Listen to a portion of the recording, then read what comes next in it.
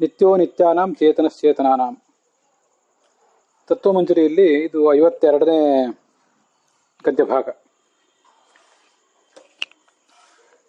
ಇಲ್ಲಿ ಏನು ಒಂದು ಪ್ರಶ್ನಕ್ಕೆ ಉತ್ತರ ಹೇಳಿ ಹೊರಟಿದ್ದಾರೆ, ಯಾವ ಸಮಾಧಾನ ಹೇಳಿ ಹೊರಟಿದ್ದಾರೆ ಅಂದ್ರೆ, ಪರಮಾತ್ಮನಿಗೆ ಲಯ ಇಲ್ಲ ಅಂತ ಪ್ರತಿಪಾದನೆ ಮಾಡಲಿಕ್ಕೆ ಒಂದು ಪ್ರತ್ಯೇಕ ಸೂತ್ರ, ಪ್ರತ್ಯೇಕ ಅಧಿಕರಣ ಇವೆಲ್ಲ ಬಂದಿದೆ. 17ನೇ ಸೂತ್ರ, ನಾತ್ಮ ಅಂತ ಹೀಗೆ ಸೂತ್ರ, 2ನೇ ಅಧ್ಯಾಯದ 3ನೇ ಪಾದದ 17ನೇ ಸೂತ್ರ ಅದು.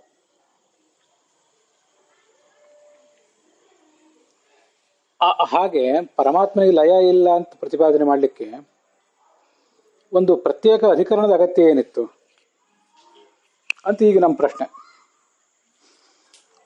ಅಂಥ ಅಗತ್ಯವನ್ನ, ಅಧಿಕರಣವನ್ನ, ಅದಕ್ಕೆ ಸಂಬಂಧಪಟ್ಟ ಸೂತ್ರವನ್ನ, ಇದನ್ನೆಲ್ಲ ಯಾಕೆ ನಿರ್ಮಾಣ ಮಾಡಿದ್ದೀರಿ ನೀವು ಅಂತ ಒಂದು ಪ್ರಶ್ನೆ. ಮತ್ತು ಆ ಪ್ರಶ್ನೆಗೆ ಉತ್ತರ ರೂಪವಾಗಿ ನಮಗೆ ಈಗ ಬರುವಂಥ ಒಂದು ಉತ್ತರ, ಅದನ್ನ ಈ 52ನೇ ಗದ್ಯ ಭಾಗದಲ್ಲಿ ರಾಘವೇಂದ್ರ ಸ್ವಾಮಿಗಳು ಕೈಗೆತ್ತಿಕೊಂಡಿದ್ದಾರೆ.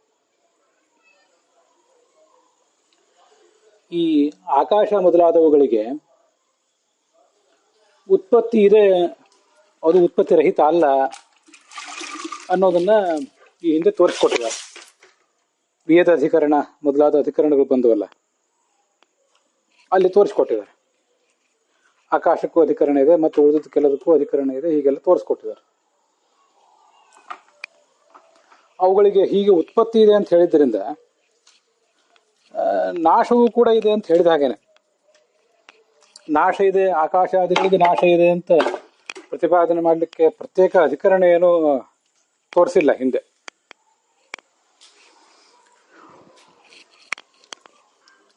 ಉತ್ಪತ್ತಿ ಇದ್ದದ್ದು ಕೆಲದಕ್ಕೂ ಲಯ ಇರಲೇಬೇಕು,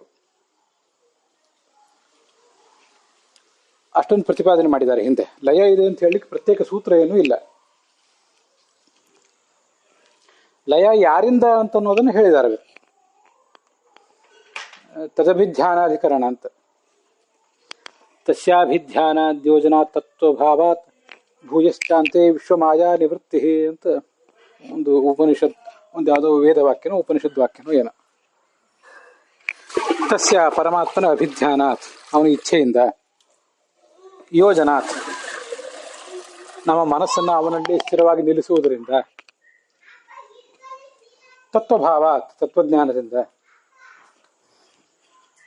ಭೂಯಶ್ಚ ಅಂತೆ ವಿಶ್ವಮಾಯಾ ನಿವೃತ್ತಿ, ಕೊನೆಗೂ ಆ ವಿಶ್ವದ ಮಾಯೆ ಅಂತ ಅನ್ನೋದು ನಿವೃತ್ತ ಆಗ್ತದೆ ಅಂತ ಅಷ್ಟು ಬಂದಿದೆ. ಯಾರಿಂದ ಲಯ ಅಂತ ಬಂದಿದೆ.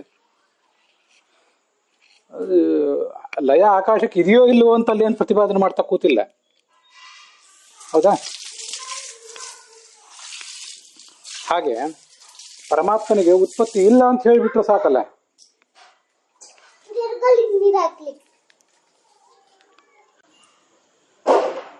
ಹಾಗೆ ಪರಮಾತ್ಮನಿಗೂ ಕೂಡ ಈ ಲಯ ಇದೆಯೋ ಇಲ್ಲವೋ ಅಂತ ಅನ್ನೋದನ್ನು ಪ್ರತ್ಯೇಕವಾಗಿ ಸಮರ್ಥನೆ ಮಾಡಬೇಕಾಗಿಲ್ಲ. ಅವನಿಗೆ ಉತ್ಪತ್ತಿ ಇಲ್ಲ ಅಂತ ಪ್ರತಿಪಾದನೆ ಮಾಡಿದ್ದಾರೆ. ಉತ್ಪತ್ತಿ ಇಲ್ಲ ಅಂತ ಅನ್ನೋದನ್ನು ಅಸಂಭವಾಧಿಕರಣದಲ್ಲಿ ಅಸಂಭವಸ್ತು ಅನ್ನೋ ಸೂತ್ರದಿಂದ ಅದನ್ನು ಪ್ರತಿಪಾದನೆ ಮಾಡಿದ್ದಾರೆ. ಉತ್ಪತ್ತಿ ಇಲ್ಲ ಅಂತ ಅನ್ನೋದನ್ನು, ಉತ್ಪತ್ತಿ ಇಲ್ಲದೆ ಇದ್ಮೇಲೆ ಲಯವೂ ಕೂಡ ಇಲ್ಲ ಅಂತ ತಾನೇ ತೀರ್ಮಾನ ಆಗ್ತದೆ. ಆದ್ರೆ ನೀವೇನ್ ಮಾಡಿದ್ದೀರಿ, ಪರಮಾತ್ಮನಿಗೆ ಲಯ ಇದೆ ಅಂತ ಪ್ರತಿಪಾದನೆ ಮಾಡ್ಲಿಕ್ಕೆ ಹೊಸ ಅಧಿಕರಣನೇ ಹೇಳಲಿಕ್ಕೆ ಹೊರಟಿದ್ದೀರಿ. ಆ ಥರ ಹೊಸ ಅಧಿಕರಣ ಯಾಕೆ ಹೇಳಿದ್ದೀರಿ ಅಂತ ಪ್ರಶ್ನೆ. ಅಲ್ಲಿ ಆಕಾಶವನ್ನ ಮತ್ತು ಪರಮಾತ್ಮನನ್ನ ಎರಡನ್ನೂ ಹೋಲಿಸಿ ಮಾತಾಡಿದ್ದಾರೆ.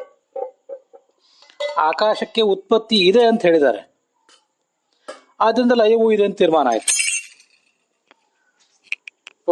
ಅಂದ್ರೆ ಉತ್ಪತ್ತಿ ಮತ್ತು ಲಯಕ್ಕೆ ಎರಡಕ್ಕೂ ನಿಕಟವಾದ ಸಂಬಂಧ ಇದೆ ಅಂತ ಗೊತ್ತಾಯ್ತು.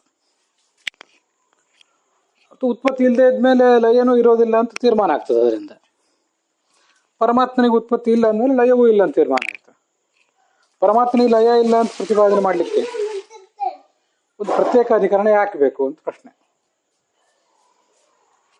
ಆ ಪ್ರಶ್ನಕ್ಕೆ ಉತ್ತರವನ್ನು ಇಲ್ಲಿ 52ನೇ ವಾಕ್ಯದಲ್ಲಿ, 52ನೇ ಗದ್ಯ ಭಾಗದಲ್ಲಿ ಹೇಳ್ತಾ ಇದ್ದಾರೆ. ನಾನು ನಥ ಅಂತಿದೆಯಲ್ಲ, ನಥ ಅಂತಿದ್ದದನ್ನು ಯಥಾ ಅಂತಿದ್ಕೋಬೇಕು. ನಾನು ಯಥಾ ಆಕಾಶಾದೇಹೇ ಜನ್ಮೋಕ್ತೇವ ಲಯಸಿದ್ಧ, ಆಕಾಶ ವಾಯು ಮೊದಲಾದವುಗಳಿಗೆ ಜನ್ಮ ಇದೆ ಅಂತ ಪ್ರತಿಪಾದನೆ ಮಾಡಿದ್ರಿಂದ ಲಯ ಇದೆ ಅಂತ ಕೂಡ ತೀರ್ಮಾನ ಆಯಿತು. ಏವಂ ಭಗವತೋಪಿ ಪರಮಾತ್ಮನಿಗೂ ಕೂಡ ಜನ್ಮಾಭಾವ ಮುಕ್ತ್ಯ ಏವ ಉತ್ಪತ್ತಿ ಇಲ್ಲ ಅಂತ ಹೇಳಿದ್ರಿಂದಲೇ ಲಯಾಭಾವವು ಕೂಡ ತೀರ್ಮಾನ ಆಯಿತು. ಸರಿಯಾ? ಜನ್ಮಾಭಾವ ಮುಕ್ತ್ಯ ಏವ ಲಯಾಭಾವ ಸಿದ್ಧ. ಉತ್ಪತ್ತಿ ಇಲ್ಲ ಅಂತ ಹೇಳಿದ್ದು ಎಲ್ಲಿಂದ, ಯಾವ ಸೂತ್ರದಿಂದ ಅಂದ್ರೆ ಅಸಂಭವಸ್ತು ಇತ್ಯನೇನ, ಅಸಂಭವಸ್ತು ಅನ್ನೋ ಸೂತ್ರದಿಂದ ಅದನ್ನು ಹೇಳಿದ್ದಾರೆ. ತತ್ಕಿಂ ನಾತ್ಮ ಇತಿ ಸೂತ್ರೇಣ, ನಾತ್ಮ ಅಂತ ಮುಂದಿನ ಒಂದು ಸೂತ್ರದಲ್ಲಿ ಆ ಪರಮಾತ್ಮನಿಗೆ ಲಯ ಇಲ್ಲ ಅಂತ ಪ್ರತ್ಯೇಕವಾಗಿ ಪ್ರತಿಪಾದನೆ ಮಾಡಿ ಅದಕ್ಕೊಂದು ಅಧಿಕರಣವಿತ್ತಲ್ಲ, ಯಾಕೆ ಮಾಡಿದ್ದೀರಿ? ನಹಿ ಆಕಾಶಾದೇಹ ಲಯ ಉತ್ಪಾದನಾರ್ಥಂ ಅಧಿಕರಣಾಂತರಮಸ್ತಿ. ಆಕಾಶಕ್ಕೆ ಉತ್ಪತ್ತಿ ಇದೆ ಅಂತ ಸಮರ್ಥನೆ ಮಾಡ್ಲಿಕ್ಕೆ ಒಂದು ಆಕಾಶಾದಿಗಳಿಗೆ ಉತ್ಪತ್ತಿ ಇದೆ ಅಂತ ಹೇಳಲಿಕ್ಕೆ ಪ್ರತ್ಯೇಕ ಅಧಿಕರಣ ಇದೆ. ಲಯ ಇದೆ ಅಂತ ಹೇಳಲಿಕ್ಕೆ ಏನಾದರೂ ಪ್ರತ್ಯೇಕ ಅಧಿಕರಣ ಇದೆಯಾ? ಲಯವನ್ನು ಸಮರ್ಥನೆ ಮಾಡ್ಲಿಕ್ಕೆ ಪ್ರತ್ಯೇಕ ಅಧಿಕರಣ ಇದೆಯಾ? ಇಲ್ಲ. ತದಭಿಧ್ಯಾನಾತ್ ಅಂತ ಸೂತ್ರದಲ್ಲಿ ತದಭಿಧ್ಯಾನ ಅಧಿಕರಣದಲ್ಲಿ ಏನು ಮಾಡ್ತಿದ್ದಾರೆ ಅಂದ್ರೆ ಕೇನ ಲಯ ಇತ್ಯಾದಿಯೇವ ಚಿಂತನಾತ್. ಲಯ ಇದೆಯೋ ಇಲ್ಲೋ ಅಂತ ಚಿಂತನೆ ಇಲ್ಲವೇ ಇಲ್ಲ. ಕೇನ ಲಯ, ಯಾರಿಂದ ಲಯ ಅಂತ ಇಷ್ಟೇ ಚಿಂತನೆ ಮಾಡಿರೋದಲ್ಲಿ. ಆದ್ರಿಂದ ಪರಮಾತ್ಮನಿಗೆ ಉತ್ಪತ್ತಿ ಇಲ್ಲ ಅಂದ್ರೆ ಲಯವೂ ಇಲ್ಲ ಅಂತ ತೀರ್ಮಾನ ಆಯಿತು. ಯಾರಿಂದ ಲಯ ಅಂತ ಲಯ ಇದೆ ಅಂತ ಪ್ರತ್ಯೇಕವಾಗಿ ಸಮರ್ಥನೆ ಮಾಡ್ಲಿಕ್ಕೆ ಒಂದು ಅಧಿಕರಣ ಬೇಕಾಗಿಲ್ಲ ಅಂತಂದ್ರೆ ಉಚ್ಯತೆ ಹೇಳ್ತೇವೆ. ಪರಾಧೀನ ವಿಶೇಷಾವಾಪ್ತಿ ರೂಪ ಜನ್ಮ ಶೂನ್ಯಸ್ಯಾಪಿ, ಪರಮಾತ್ಮನಿಗೆ ಉತ್ಪತ್ತಿ ಇಲ್ಲ ಒಪ್ಪೋಣ. ಅಂದ್ರೆ ಏನು? ಪರಾಧೀನ ವಿಶೇಷಾವಾಪ್ತಿ ರೂಪವಾದ ಉತ್ಪತ್ತಿ ಅದಿಲ್ಲ. ಪರ ಅಂದ್ರೆ ಇನ್ನೊಬ್ಬ ಯಾರೋ ವ್ಯಕ್ತಿ, ಆ ವ್ಯಕ್ತಿಯ ಅಧೀನವಾಗಿ ಬರತಕ್ಕಂಥ ಒಂದು ವಿಶೇಷ ಹೆಚ್ಚಳ, ಅದನ್ನು ಹೊಂದುವಿಕೆ ಎಂಬ ಉತ್ಪತ್ತಿ ಇಲ್ಲ. ಆ ಜನ್ಮ ಇಲ್ಲದೆ ಹೋದ್ರೂ ಕೂಡ ಅವನು ದೇಹೋತ್ಪಾದನ ತ್ಯಾಗರೂಪ ಲಯ, ದೇಹೋತ್ಪಾದನ ತ್ಯಾಗರೂಪ ಲಯೋ ನೇತಿ ಸಮರ್ಥನಾರ್ಥಂ ಅವೈರ್ಥ್ಯಂ.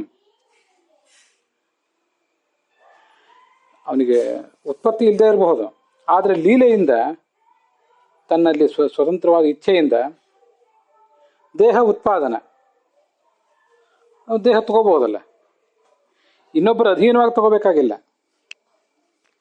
ಆದರೆ ತನ್ನ ಇಚ್ಛೆಗನುಸಾರವಾಗಿ ತಗೋಬಹುದಲ್ಲ, ಮತ್ತೆ ಅದನ್ನ ತ್ಯಾಗನೂ ಮಾಡ್ಕೋಬಹುದಲ್ಲ.